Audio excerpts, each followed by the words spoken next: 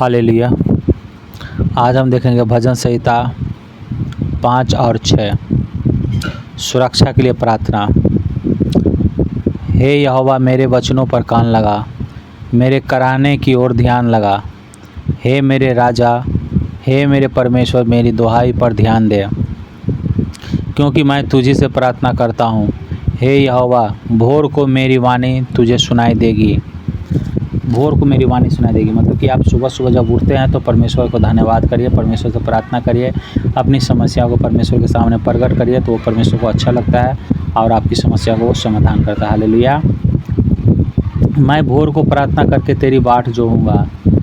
Hallelujah. आप भोर को प्रार्थना करते हैं तो परमेश्वर की आप बाट जोते हैं। हालेलुया।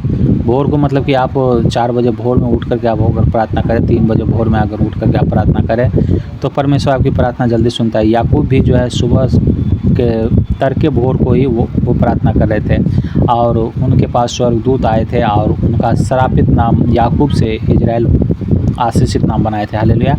तो भोर को प्रार्थना प्रभावशाली प्रार्थना होती है। वर्षिप प्रार्थना करें। हालेलुया। क्योंकि तू ऐसा ईश्वर नहीं जो दुष्टता से प्रसन्न हो, बुराई तेरे साथ नहीं रह सकती, घमंडी तेरे सम्मुख खड़े होने न पाएंगे। वो परमेश्वर ऐसा नहीं है कि बुराई से मेल मिलाप रखता है, बल्कि उससे दुष्टता से जो है प्रसन्न नहीं होता वो, बल्कि वो भलाई से, दीनता से, नम्रता से वो ज़्यादा प्रसन्न होता है। क्योंकि उनके हाथ में ना तो तलवार है, ना भाला है, ना बर्छी है, ना तीर है, कुछ ऐसा अस्त्र शस्त्र है नहीं जो वो परमेश्वर दुष्टता से प्रसन्न होगी, बल्कि वो भलाई करने वाले से, दीन से, प्रेम करने वालों से अति प्रसन्न होते हैं। हालेलुया। घमंडी तेरे सम्मुख खड़े होने ना पाएंगे।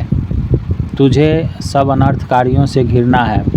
जो घमंड करता है वो परमेश्वर के सामने खड़ा नहीं रह सकता है। हालेलुया। बल्कि दीन लोग को वो परमेश्वर तरस खाते हैं उसके ऊपर।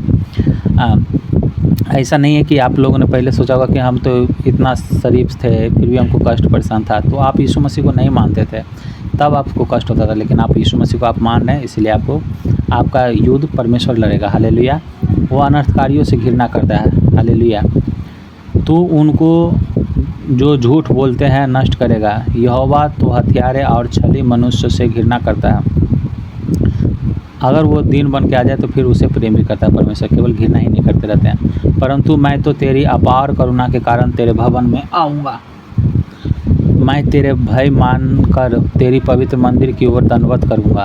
हालेलुया। और दंडवत करना परमेश्वर को अच्छा लगता है। हे यहोवा, मेरे शत्रु के कारण अपने धर्म के मार्ग में मेरी अगुवाई कर।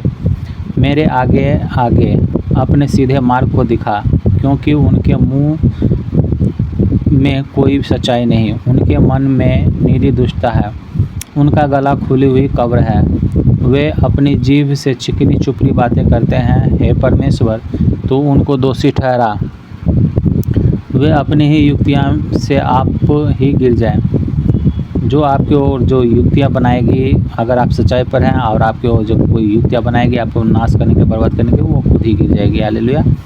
वो दाऊद ऐसा प्रार्थना करता है। उनको उनके अपराधों के अधिकारी के कारण निकाल बाहर कर, क्योंकि उन्होंने तुझ से बलवा किया है। परंतु जितने तुझ पर भरोसा रखते हैं वे सब आनंद करें।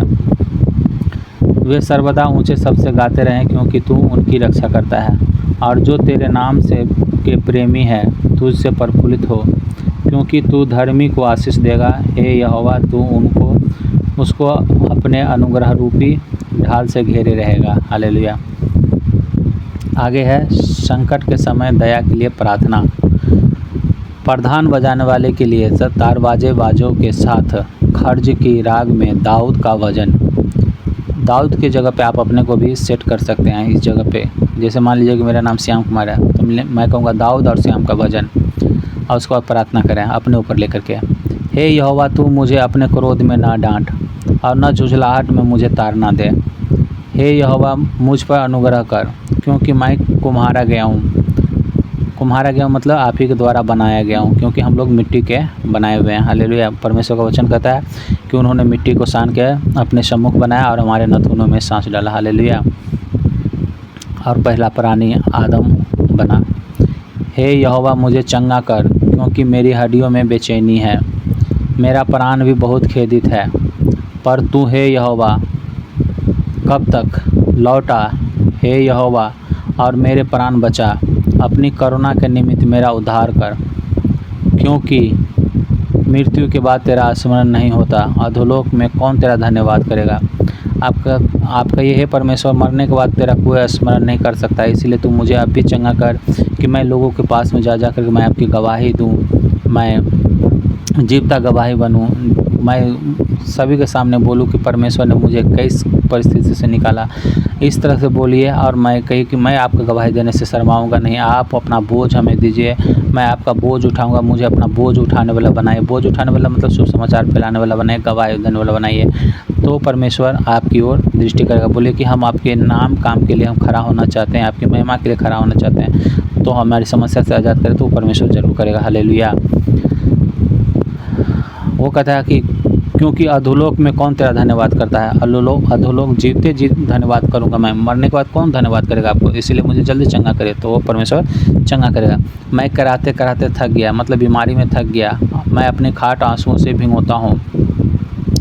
प्रति रात मेरा बिछौना भीगता है, मेरी आंखें शोक से बैठी जाती है और मेरे सब सताने वाले के कारण वे धुंधला गई है। हे सब अनर्थकारियों, मेरे पास से दूर हो, क्योंकि यहोवा ने मेरे रोने का शब्द सुन लिया है। यहोवा ने मेरा गिड़गिड़ाना सुना है। यहोवा मेरे प्रार्थना को ग्रहण भी करेगा।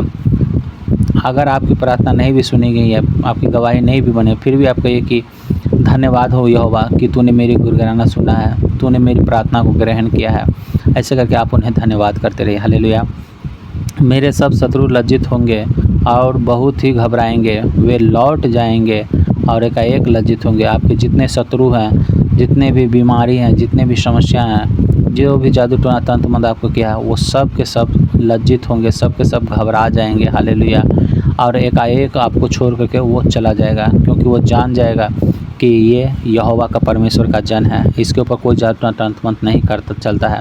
तो वो आपके पास से वो भाग जाएगा, और आपके ऊपर कोई जादू टोना नहीं कर पाएगा, तो वो लज्जित हो जाएगा, वो शर्मिंदगी होगा, तो वो आपको छोड़ करके भाग जाएगा। क्योंकि परमेश्वर का वचन कहता है कि मैं तेरे चारों तरफ अपने दूतों का छावनी लगाता हूँ। परमेश्वर आपके चारों तरफ दूतों का छावनी लगा दिया है। शैतान ने भी कहा है कि तूने अय्यूब के चारों तरफ अपना दायरा लगाया है, तो हमारे चारों तरफ दायरा लगा हुआ है, हमें कोई कुछ नहीं कर सकता अगर परमेश्वर की महिमा करते रहेंगे तो। Okay, hallelujah.